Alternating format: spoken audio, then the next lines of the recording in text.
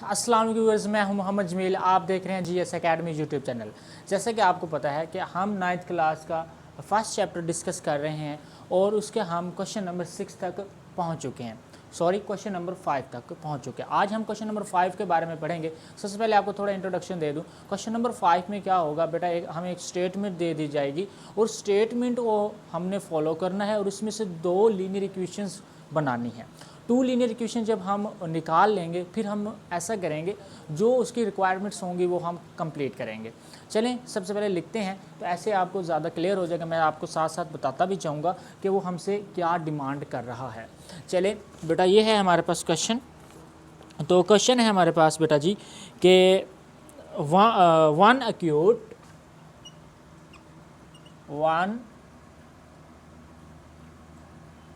acute angle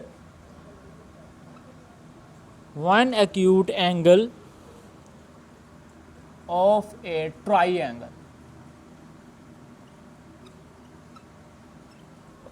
triangle is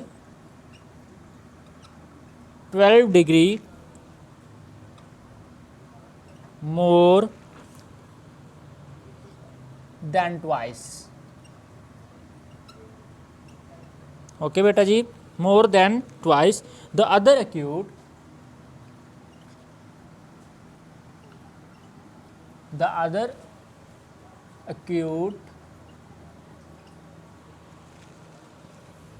angle मालूम क्या करना है बेटा, find the acute angle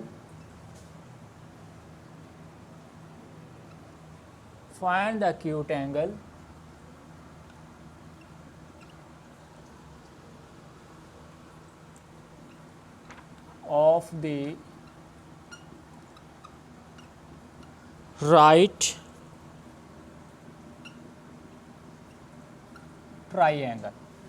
चलिए बेटा, हमने स्टेटमेंट लिख लिया। अब हम क्वेश्चंस को करेंगे सॉल्व के। क्वेश्चन में हमारे पास क्या चीज़ दी गई है और इनमें से हमने क्या चीज़ निकालनी। सबसे पहले तो आपको मैं बता दूं कि बेटा इसमें राइट ट्राइंगल का जिक्र आया है हमारे पास। किस ट्राइंगल का जिक्र आया बेटा जी? राइट ट्राइंगल का जिक्र आया है। तो मैं अब सबसे पहले आपको बता दूं कि ये राइट ट्राइंगल क्या होती है बेटा जी। ये जो बेटा जी जो राइट ट्राइंगल होती है बेटा, वो ये होती है, इसको बोलते हैं बेटा जी राइट ट्राइंगल। ऐसी ट्राइंगल जिसका एक जो हमारे पास जाविया वो 90 का हो, उसको बोलते हैं राइट ट्राइंगल। ठीक है बेटा जी। लेट वी सपोज दैट कि हमारे पास ये एक्स है, ओके, और ये हमारे पास वाई है और ये हमारे पास जी है, ओके। ये हमारे पास चीज़ें दी गई हैं। अब हम इसी जो है हमारे पास ये फिगर दी गई है, इसी को देखते हुए अब हम ये क्वेश्चन सॉल्व करेंगे। Once acute angle of a triangle is 12 more than twice the other acute angle। फ़र्ज़ किया कि हमारे पास ये एंगल जो है, इफ़ अगर 1 है तो वो दूसरा जो एंगल होगा इसका डबल होगा। ये बात वो कहने की कोशिश कर रहा है। अगर ये 1 acute है तो दूसरा जो होगा इसका ट्वाइस होगा। तो ये देखें बेटा, क्या होगा? ट्वाइस होगा। मतलब ये 1 है तो ये क्या होगा बेटा जी? 2। तो यहाँ पर अगर मैं लिखूँ कि ये हमारे पास ये x है, ओके, और इसका ट्वाइस बेटा क्या होगा? 2y इज इक्वल टू क्या उसने एंगल क्या बताया बेटा? 1 acute angle of a triangle is 12। तो वो बेटा क्या होगा? 12। तो यहाँ पर हमारे पास इक्वेशन नंबर 1 क्रिएट हो चुकी है। तो ये देखें बेटा, तो यहाँ पर मैं लिख लूँगा x negative 2y is equal to 12। यहाँ मैं इसको देता हूँ इक्वेशन नंबर 1 का नाम। अब मैं आपको बेटा ये चीज़ बताता हूँ, the sum of the triangle वो हमारे पास होता है 180 के, ओके।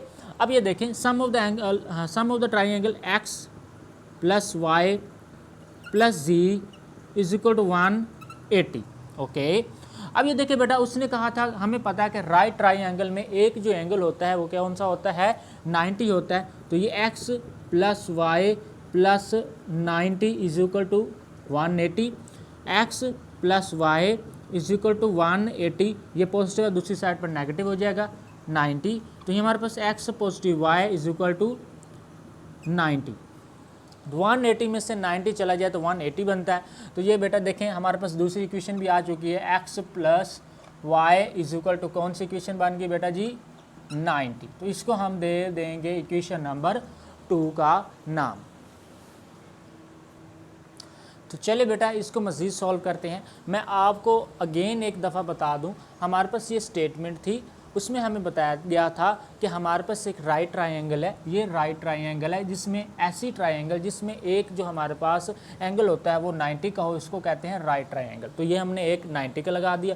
उसने कहा था हमें कि हमारे पास वन एक्यूट एंगल जो होगा ये वन एक्यूट एंगल होगा और angle is 12 more than twice. अगर ये x1 है तो दूसरा एंगल क्या होगा 2 होगा। ये कंडीशन उसने खुद दी थी। हमने ऐसा किया कि x -2y is equal to 12, उसने खुद ये स्टेटमेंट बताई, हमने स्टेटमेंट बना ली। फिर उसने कहा था बेटा जी हमें दूसरी बात खुद मालूम है, the sum of the triangle बराबर होता है x plus Y plus Z is equal to 180।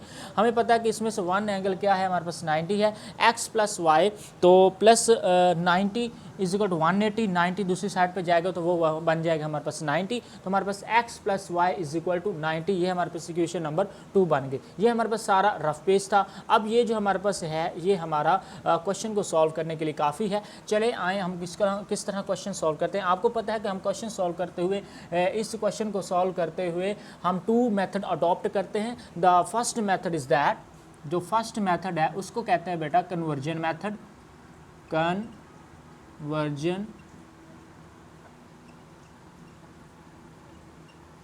Conversion method. Okay बेटा, और जो सेकंड मेथड होगा उसका नाम है क्रैमर रूल।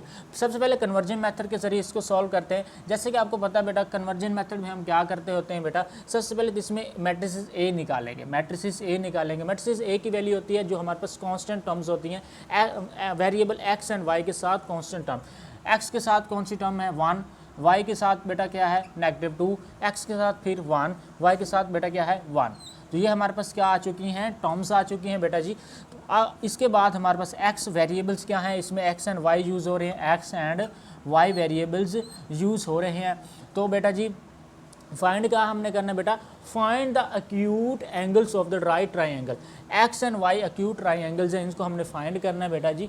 तो ये देखें ये एक्स और वाई फाइंड करना होगा। इसमें हमारे पास मैट्रिक्स बी जो है बेटा जी वो हमारे पास राइट हैंड साइड पर जो भी वैल्यूज़ होती हैं वो हमारे पास, वैसे तो ये डिग्री है, ये डिग्रीज में दिया गया है बेटा जी। तो ये देखें बेटा ये हमारे पास है 12, फिलहाल डिग्री नहीं लिखते, आंसर में डिग्री हम लिख लेंगे, ये 9, 12 एंड 90। अब देखें बेटा हम इसको सॉल्व करने की कोशिश कर रहे हैं। कन्वर्जन मेथड में क्या होता है, ए एक्स इक्वल होता है बी के। ओके बेटा जी, यहाँ पर हमें क्योंकि x की वैल्यू चाहिए, वेरिएबल x एंड y चाहिए, क्योंकि हमें उसने कहा है कि x एंड y फाइंड करने हैं, एक्यूट एंगल्स इसके फाइंड करने हैं। तो बेटा हम ऐसा करते हैं x को अलहदा कर लेते हैं, ये दूसरी साइड पर a जाएगा तो a इन्वर्स बन जाएगा और ये b। ये इन्वर्स कैसे होता है ये भी मैं आपको बता देता हूँ बेटा जी। ये होता है हमारे पास ax is equal to b। ये देखें x इज इक्वल टू ये मल्टीप्लाई हो रहा है, दूसरी साइड पर क्या हो जाता है बेटा ये डिवाइड हो जाता है। डिवाइड में इसकी पावर क्या है बेटा +1 है। अब ये देखें बेटा जी x इज इक्वल टू ये b है हमारे पास, ये b पॉजिटिव है, जब ऊपर जाएगा तो ये इसकी पावर क्या हो जाएगी नेगेटिव हो जाएगी। ओके बेटा जी, इस तरह हमारे पास ये मैं इसका रिजल्ट निकालता होता हूँ। तो ये देखिए बेटा अब इसमें क्या चीज़ फाइंड करनी है, x फाइंड करने के लिए हमें a का इन्वर्स फाइंड करना होगा। जब हमारे पास a का इन्वर्स आ जाएगा फिर हम a के इन्वर्स को मल्टीप्लाई कर देंगे b के साथ। चलें सबसे पहले तो आपको पता होना चाहिए, चूँकि इधर मैं लिख देता हूँ, हमें मालूम है वी नो दैट कि हमारे पास a इन्वर्स बराबर होता है 1/a का determinant and adjoint of a। ये चीज़ हमें पहले से मालूम है। तो हम ऐसा करेंगे, एक इन्वर्स में भी दो चीज़ें आ गई, ए का डिटर्मिनेंट फाइंड करना and adjoint of A find करना बेटा जी। अब सबसे पहले हम ए की वैल्यू लिखते हैं। ए की वैल्यूज़ क्या है हमारे पास बेटा जी, 1 है, -2 है, 1 है एंड 1 है। अब बेटा जी क्या करेंगे, ए का डिटर्मिनेंट फाइंड करेंगे। ए का डिटर्मिनेंट आपको पता है कि इस वैल्यू को इस वैल्यू से मल्टीप्लाई करते हैं, 1 को 1 से मल्टीप्लाई करेंगे बेटा, 1 1 ज़ा 1 होता है, फिर नेगेटिव लगाने के बाद 1 को मल्टीप्लाई करते हैं 2 के साथ, 1 को मल्टीप्लाई करेंगे -2 के साथ। अब बेटा जी ए का determinant is equal to 1 negative into negative positive में कन्वर्ट होता है। 1 को 2 से मल्टीप्लाई किया, 1 2 ज़ा 2। तो ये देखें बेटा जी हमारे पास क्या आ चुका है, इसका डिटर्मिनेंट 3। तो हमारे पास डिटर्मिनेंट भी आ चुका है। अब हम फाइंड करेंगे एडजॉइंट ऑफ ए। तो चलिए हम ऐसा करते होते हैं कि एडजॉइंट ऑफ ए, यहाँ पर ये रफ पेज में जो है यहाँ पर रिमूव करता हूँ बेटा। तो ये देखें यहाँ मैं लगाता हूँ लाइन ताकि थोड़ा क्लियर हो। अब हम देखें ए हमारे पास क्या वैल्यू है बेटा, 1 नेगेटिव 2 1 1। अब इसका एडजॉइंट फाइंड करेंगे, एडजॉइंट ऑफ ए। अब इसी का एडजॉइंट ऑफ ए कैसे फाइंड करते हैं, एडजॉइंट फाइंड करते हुए डायगोनल एंट्रीज 1 और ये 1, इसका are the diagonal entries of the matrix. इन डायगोनल एंट्रीज को की जो जगह होगी इनको रिप्लेस कर देंगे। वैसे तो ये 1 1 है, सेम सेम है। अगर यहाँ 2 होता, फ़र्ज़ करता कि यहाँ 2 होता और यहाँ 3 होता, तो मैं ऐसा करता कि 2 को इस जगह लिख देता और 3 को इस जगह। इसको कहते हैं कि डायगोनल एंट्रीज की जगह को रिप्लेस कर देना। फिलहाल तो हमारे पास 1 1 है, तो वही सेम सेम आ जाएगा 1 1। और अदर एंट्रीज जो है हमारे पास ये 1 and negative 2 is called the other entries of the matrix. तो इनकी क्या करेंगे, साइन चेंज कर देंगे। ये नेगेटिव 2 है तो ये पॉजिटिव 2 हो जाएगा, ये पॉजिटिव 1 है तो ये नेगेटिव 1 हो जाएगा। तो ये बेटा क्या है, हमारे पास एडजॉइंट आ चुका है। चलिए बेटा जी अब हम एडजॉइंट भी आ चुके हैं हमारे पास चूँकि, और हमारे पास क्या है, डिटर्मिनेंट भी आ चुका है। अब जो हमारे पास थिंग है वो फाइंड करने वाली है बेटा जी, क्या चीज़ हमारे पास रह गई है बेटा जी, x is equal to A inverse B है। हम लिख लेंगे कि हमें पता है बेटा कि ए इन्वर्स बराबर होता है बी के बेटा जी। अब x इज इक्वल टू ए का इन्वर्स, इसका आंसर क्या आ चुका है हमारे पास। सबसे पहले तो यहाँ लिख लेते हैं कि a का इन्वर्स बराबर है, चूँकि a का इन्वर्स बराबर था 1 ओवर a का determinant and adjoint of a, and a का इन्वर्स is equal to 1 over a का डिटर्मिनेंट का आंसर क्या है बेटा जी 3। ओके, एडजॉइंट ऑफ a का क्या लिया हमने, ये निकाला हुआ है पहले से 1 2 नेगेटिव 1 एंड 1। अब ये आ चुका है हमारे पास a का इन्वर्स। अब ये देखें a का इन्वर्स का आंसर क्या है 1 ओवर 3। ये क्या है हमारे पास 1, ये है 2, ये नेगेटिव 1 है, ये भी 1 है। ओके बेटा जी, तो ये हमारे पास वैल्यूज़ आ चुकी हैं। ये 2 कैसे रॉन्ग लिखा जा रहा है हमसे, और ये 1 और ये डायगोनल एंट्रीज नेगेटिव 1। ओके, अब देखिए बेटा b की वैल्यू क्या है। b की वैल्यू मैंने निकाल के रखी है, ये 12 एंड 90 इसका are the b value. And यहाँ अब b की वैल्यू पुट कर देंगे बेटा जी मल्टीप्लाई करने के लिए। अब ये देखिए बेटा जी x इज इक्वल टू, अब हम ऐसा करेंगे कि ये वाली जो हमारे पास रो है इस कॉलम से मल्टीप्लाई कर जाएगी। 1 मल्टीप्लाई बाई 12 पॉजिटिव लगाने के बाद 2 को 90 से मल्टीप्लाई करेंगे, 2 मल्टीप्लाई बाई 90। ओके, फिर हम इस रो को, ये एक रो होगी, अब इस रो को मल्टीप्लाई करेंगे इसी कॉलम के साथ, -1, ये -1 मल्टीप्लाई बाई 12। ओके, प्लस और ये 1 मल्टीप्लाई बाई 90। तो ये देखिए बेटा x is equal to 1 multiply by 12, तो ये 12 रिजल्ट आया पॉजिटिव। 90 को 2 से मल्टीप्लाई किया तो ये हमारे पास 180 रिजल्ट आया। अब ये मल्टीप्लाई किया -1 को 12 से, तो ये -12 आ गया। पॉजिटिव 1 को 90 से मल्टीप्लाई कर देना है बेटा जी, तो ये हमारे पास रिज़ल्ट क्या आएगा बेटा जी, वो ही 90 ही आएगा। अब बेटा जी x is equal to 12 plus 180, तो ये देखें यहाँ मैं आपको करके दे देता हूँ बेटा रफ पेज में। ये 12 इसमें ऐड करते हैं, 0 में 2 ऐड करेंगे 2, 8 में 1 ऐड करेंगे 1 और ये 1, तो ये बन जाएगा बेटा 192 ओवर, सॉरी ये बेटा 1/3 नहीं लगा रहे हम, ये 1/3 भी इसके साथ क्या आ रहा है, मल्टीप्लाई होता हुआ आ रहा है। चल बेटा जी अब 90 में से क्या निकाल लेंगे हम, 12 निकाल लेंगे। अब 1 यहाँ कैरी करेंगे 10 बन जाएगा, 10 में से 2 निकाल लेंगे बेटा जी 8। अब ये यहाँ बच गया बेटा 1 कैरी कर लिया था तो बाकी 8 बचा हुआ है, 8 में से 1 लेंगे बेटा जी तो ये 7 बचेगा। तो ये देखें बेटा जी ये बन गया हमारे पास 78।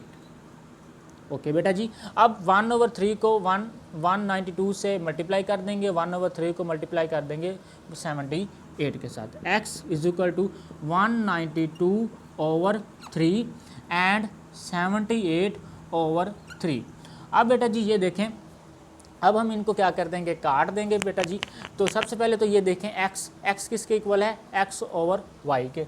x की वैल्यू पुट करने लगा हूँ मैं, ये x y is equal to 1 3 ज़ा 3 1 3 3 1 1 हाँ बेटा ये होता है 6 3 ज़ा 18, तो ये बेटा 6 3 ज़ा 18, यहाँ से 1 कैरी करेगा तो ये 12 बन जाएगा, तो 3 4 ज़ा 12। ओके, तो यहाँ हमने इसको कट किया तो ये 40 आ गया, और ये ऊपर लिख लेता हूँ ताकि हमारे पास अच्छा सा बन जाए। ये है 7 3 1 ज़ा 3 3 2 ज़ा 6 1 यहाँ कैरी किया तो 18, तो 3 6 ज़ा 18, तो ये बन गया हमारे पास 26। तो इसमें बेटा ये देखें x की वैल्यू क्या आ रही है, x is equal to 64 and y बेटा क्या आ रहा है हमारे पास 26। ओके, हमारे पास अब x and y acute angles निकल चुके हैं बेटा जी। अच्छा बेटा जी, बेटा मैं आपको एक वेरिफिकेशन भी करवा दूं। मैंने जब इक्वेशन नंबर 2 क्रिएट की थी बेटा जी, तो मैंने ये भी बताया था कि ट्राइएंगल का जो सम होता है 180 के इक्वल होता है।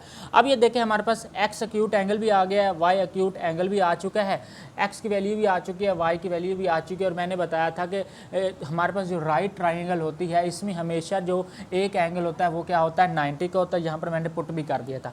अगर हमारे पास यहाँ x एंड y की वैल्यू दर्ज, यहाँ x एंड y की वैल्यू ये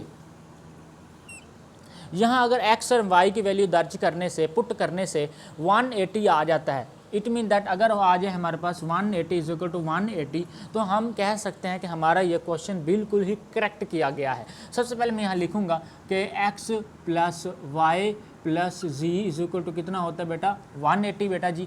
ये देखें x प्लस वाई प्लस 90, ये मैंने पहले बताया हुआ था कि एक एंगल क्या होता है 90 का होता है बेटा जी। ये क्या किसी के इक्वल है 180 की। अब हमने x की वैल्यू क्या निकाली बेटा जी 64, ये मैं यहाँ लिख लेता हूँ 64, और ये y की वैल्यू क्या, ये बेटा हम वेरिफिकेशन करिए, क्वेश्चन में नहीं पूछा गया, ये ओनली मैं आपको वेरिफिकेशन करके दे रहा हूँ कि क्या मैंने आपको सही बताया था कि sum of the triangle is equal to 180 होता है या नहीं। ये देखें ये क्या है बेटा जी 26 प्लस 90 इज इक्वल टू 180। अब बेटा ये 64 और 20 ये 64 को ऐड करते हैं और 26 को ऐड करते हैं, 4 और 6 10 बन गया, 1 यहाँ कैरी किया, 6 और 2 बन गया बेटा जी 8 और 1 कैरी वाला 90। तो ये दोनों को ऐड करने से बेटा आया result 90 plus 90 is equal to 180 बेटा जी। 90 और 90 को ऐड करते हैं तो बेटा 180 रिजल्ट बनता है, तो ये 180। तो हमारे पास ये दोनों इक्वल साइड आ चुकी हैं। इट मीन दैट कि मैंने ये आपको सही बताया था, और ये जो हमने क्वेश्चन कर रखा है ये भी बिल्कुल ही करेक्ट आ चुका है। ये थी हमारे पास वेरिफिकेशन। अभी हमने इसको सॉल्व किया बेटा जी कन्वर्जन मेथड से। अभी और भी हम इसको सॉल्व करेंगे बाई क्रैमर रूल से बेटा जी। तो सबसे पहले अब हम करते हैं हम इसको क्रैमर रूल से बेटा। तो लेक्चर थोड़ा बड़ा हो रहा है, लेकिन हम आपको बड़ी तफसील के साथ बता रहे हैं ताकि कोई भी आप कंफ्यूज ना रहें और आपके कंसेप्ट जो हैं वो बिल्कुल क्लियर हो जाएं। तो चलें बेटा जी, मैं यहाँ करता हूँ लाइन ड्रा। ये है हमारी डिफरेंस लाइन, ताकि पता चल सके कि हमने एक मेथड जो है वो सॉल्व कर लिया है और सेकंड मेथड के लिए रेडी हो चुके हैं। चले तो सेकंड मेथड है बेटा जी, सबसे पहले तो ये स्टेटमेंट लिख लेता हूँ, यही स्टेटमेंट यूज़ होंगी बेटा जी। ये है हमारे पास x negative 2y is equal to 12। या मैं ऐसा करता हूँ यहाँ भी डिग्री लगा लेता हूँ, यहाँ भी डिग्री लगा लेता हूँ, बिकॉज क्वेश्चन हमारे पास ट्राइंगल में था तो वो एंगल्स डिग्री में होते हैं बेटा जी। तो ये देखें बेटा जी, ये है x, यहाँ भी डिग्री लगा ही लेता हूँ बेटा, x positive y is equal to है हमारे पास 90 बेटा जी। अब ये क्वेश्चन अगेन लिख लिया, इसमें अगेन हम a की वैल्यू, x की वैल्यू और b की वैल्यू निकालेंगे बेटा जी। ये देखें a की वैल्यू वही सेम, x के साथ जो कांस्टेंट टर्म्स हैं और y के साथ जो कांस्टेंट टर्म्स हैं, नेगेटिव x के साथ 1 टर्म थी, y के साथ नेगेटिव 2 टर्म्स थी, इस x के साथ 1 टर्म है, y के साथ 1 टर्म है। तो ये हमने a की वैल्यू निकाल ली। अब इसमें क्या फाइंड करेंगे बेटा जी x, और x में हमारे पास वेरिएबल्स क्या यूज़ हुए हैं बेटा जी, x यूज़ हुआ है, y यूज़ हुआ है बेटा जी, और हमारे पास ये b, और b क्या है बेटा जी, और b भी हमारे पास ये राइट पे जो हमारे पास वैल्यूज़ होती हैं बेटा जी वो b की वैल्यूज़ होती हैं। ये है 12 और ये है हमारे पास 90। अब इसमें दूसरी थिंग क्या है, इसमें हम फाइंड करते हैं ए का डिटर्मिनेंट फाइंड करते हैं। तो ये देखें ए का डिटर्मिनेंट, ये देखें अगर हमारे पास ये सेम वैल्यू है, ये देखें ये सेम वैल्यू, और इसी का हमने यहाँ से लेकर यहाँ तक फाइंड किया था डिटर्मिनेंट। अब हमें अगेन यहाँ फाइंड करने की ज़रूरत नहीं है, हम यहीं से देखकर इसका डिटर्मिनेंट लिख लेते हैं। ये देखें ए का डिटर्मिनेंट क्या लिया है 3, तो ये हम यहाँ लिख सकते हैं कि ए का डिटर्मिनेंट क्या आ चुका है हमारे पास 3। यहाँ पर मैंने स्टेप बाय स्टेप करके आपको सिखाया था। चलें जो सेकंड थिंग है, वो सेकंड थिंग ये है कि अब हमने फाइंड करना है इसमें से ए एक्स। तो सबसे पहले ये देखें बेटा, इसमें से ए एक्स कैसे फाइंड करते हैं। हम ऐसा करेंगे बेटा, 1 और 1 की जगह रिप्लेस कर देंगे बी की वैल्यू 12, 90 और ये सेम टू सेम वैल्यू लिख देंगे। इस तरह हमारे पास आ जाएगा ए एक्स। ये आपने याद रखना है। इसमें ए एक्स कैसे फाइंड करना है बेटा जी, ये जो मैट्रिक्स ए दिया गया है इसके 1 और 1 जो इसको रिप्लेस कर देना है बी की वैल्यू के साथ। चलिए अब हम ए एक्स का फाइंड करते हैं बेटा जी डिटर्मिनेंट। बेटा जी अब हम ये देखें 12 को मल्टीप्लाई कर देंगे 1 के साथ तो 12 ही आएगा बेटा। नेगेटिव लगाने के बाद फिर हम 90 को मल्टीप्लाई कर देंगे -2 के साथ, 90 को मल्टीप्लाई कर देंगे -2 के साथ। ये देखें बेटा जी ए एक्स का डिटर्मिनेंट क्या आता है हमारे पास, ये है हमारे पास 12 और ये हमारे पास नेगेटिव को नेगेटिव से मल्टीप्लाई किया पॉजिटिव, 90 को 2 से मल्टीप्लाई 180। तो ये देखिए बेटा ए एक्स का डिटर्मिनेंट क्या आ चुका है हमारे पास 180 में 12 हमने यहाँ पहले भी ऐड कर रखा है, 12 और 180 को ऐड किया था 192 रिजल्ट आया था। तो यहाँ मैं 192 लिख देता हूँ। ये हमारे पास किसका आंसर आ चुका है, ए एक्स का डिटर्मिनेंट। ये फर्स्ट थिंग इसमें फाइंड की, ये सेकंड थिंग फाइंड की। थर्ड थिंग जो है हमारे पास ए वाई की वैल्यू लिखना। सबसे पहले ए वाई कैसे होगा, इसी ए मैट्रिक्स को यूज़ करेंगे बेटा जी, और यहाँ पर 1 और 1 इसको हम सेम लिख लेंगे और यहाँ -2 और 1 को रिप्लेस कर देंगे बी की वैल्यू के साथ। तो बी की वैल्यू क्या है हमारे पास 12 है और ये 90 है। चलिए बेटा जी ये हमारे पास अब इसका हम फाइंड करेंगे ए वाई का डिटर्मिनेंट फाइंड करेंगे बेटा जी। 1 को 90 से मल्टीप्लाई करेंगे तो बेटा जी आएगा हमारे पास 90, नेगेटिव लगाने के बाद 1 को 12 से मल्टीप्लाई करेंगे तो वही 12 ही आएगा। तो ये देखें बेटा जी हमारे पास ए वाई का डिटर्मिनेंट क्या आता है। ये देखें यहाँ पर पहले भी आ चुका है, ये 90 में से 12 निकाला था, ये भी 90 में से 12 ही जा रहा है, तो रिज़ल्ट क्या बना था 78। तो यहाँ देखें बेटा 78 ही लगा लेता हूँ बेटा जी। अब हमारे पास इसका डिटर्मिनेंट भी आ चुका है। अब हम बेटा जी क्या करेंगे, अब हम ऐसा करेंगे, इसमें हमने x एंड y फाइंड किया था ना, इसमें भी x y फाइंड करेंगे। तो ये देखें बेटा जी इसमें x का जो फॉर्मूला होता है बेटा जी वो होता है ए एक्स का डिटर्मिनेंट ओवर ए का डिटर्मिनेंट। यहाँ छोटी सी लाइन ड्रा करता हूँ मैं और यहाँ y का फार्मूला लिखता हूँ बेटा जी। y का फार्मूला होता है बेटा जी ए वाई का डिटर्मिनेंट ओवर ए का डिटर्मिनेंट। अब ये देखें बेटा वैल्यूज़ पुट करते जाते हैं।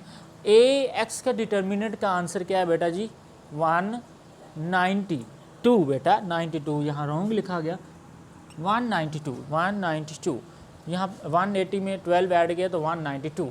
तो ये बेटा क्या है 192 ओवर ए का डिटर्मिनेंट क्या फाइंड किया हमने 3, ये बेटा आ गया 3। यहाँ वाई, तो ए वाई का डिटर्मिनेंट हमने क्या फाइंड किया बेटा जी 78, तो यहाँ आ गया हमारे पास 78 ओवर ए का डिटर्मिनेंट हमने क्या फाइंड किया हुआ बेटा जी 3, तो यहाँ मैं लिख दूंगा 3। ओके एंड यहाँ देखें बेटा जी x इज इक्वल टू 3 1 ज़ा 3, यहाँ भी मैंने डिवाइड किया था 3 1 ज़ा 3 और 3 6 ज़ा 18, 1 यहाँ कैरी किया था तो ये 12 बन गया था और 3 4 ज़ा 12। तो इसी तरह इसको भी काटेंगे 3 1 ज़ा 3, 3 6 ज़ा 12 एंड 1 यहाँ कैरी करेंगे 12 बन जाएगा, 3 4 ज़ा 12, तो ये हमारे पास बन जाएगा 64। और ये देखें बेटा जी y इज इक्वल टू 3 1 ज़ा 3, 3 2 ज़ा 6, 1 यहाँ कैरी करेंगे 18 बन जाएगा और ये 3 6 ज़ा 18। अगर कुछ बच्चों को ये समझ ना लग रही हो तो हम इसको दूसरी मेथड से भी समझा देते हैं। ये देखें 192 अंदर रखा और इसको किया हमने 3 पर डिवाइड, 3 6 ज़ा 18। अब ये सब्ट्रैक्ट किया, 9 में से 8 गया 1, ऊपर से उतारा हमने बेटा जी 12, 3 4 ज़ा 12, 3 4 12 और ये हमारे पास कुछ नहीं बचा। तो ये देखे 64 मैंने निकाल लिया, 64 निकाल लिया। सेकंड ये देखे बेटा जी 78 को मैंने अंदर रखा है और 3 पर किया मैंने डिवाइड, 3 2 6 और ये 7 में से 6 चला गया 1, ऊपर से ए उतारा हमने बेटा जी 8, 3 6 18। तो ये हमारे पास कुछ भी ना बचा बेटा। अब ये देखें ये भी मैंने निकाल के आपको प्रूफ दे दिया है कि बेटा इस तरह हम इसको काटा है, ताकि कुछ बच्चों को शायद ये ना समझ तो ये डिवीजन मेथड तो समझ आ ही जाएगा। तो यहाँ पर आप देख सकते हैं बेटा जी कि x की वैल्यू क्या आ चुकी है हमारे पास 64 एंड y की वैल्यू क्या आ चुकी है हमारे पास 28 डिग्री भी लगा देते हैं बेटा जी। अब ये देखें बेटा यहाँ x की वैल्यू क्या है 64, y की वैल्यू है 26, x की वैल्यू है 64, y की वैल्यू है 26। इट मीन दैट कि हम क्रैमर रूल यूज़ करें और इन्वर्जन मेथड यूज़ करें तो हमारे पास जो आंसर होंगे वो सेम ही आएंगे। अब एक्यूट एंगल्स आ चुके हैं हमारे पास, x एक्यूट एंगल 64 आया है और y एक्यूट एंगल जो है हमारे पास क्या आया 26। तो बेटा जी सम ऑफ द ट्राइंगल भी आपको पता चल गया कि ये बात बड़ी इंपॉर्टेंट है कि सम ऑफ द ट्राइंगल कितना होता है बेटा जी x + y + z = हमारे पास होता है 180। ये बात आपने याद रखनी है बेटा जी। अच्छा बेटा अब हम नेक्स्ट क्वेश्चन की तरफ चलेंगे। फ़िलहाल अल्लाह हाफिज़। आई होप कि आपको इस क्वेश्चन की समझ आई होगी। मैंने अपनी पूरी कोशिश की है, पूरी स्ट्रगल की है कि आपको समझ आए। तो मिलते हैं अब नेक्स्ट वीडियो के साथ। अल्लाह हाफिज़।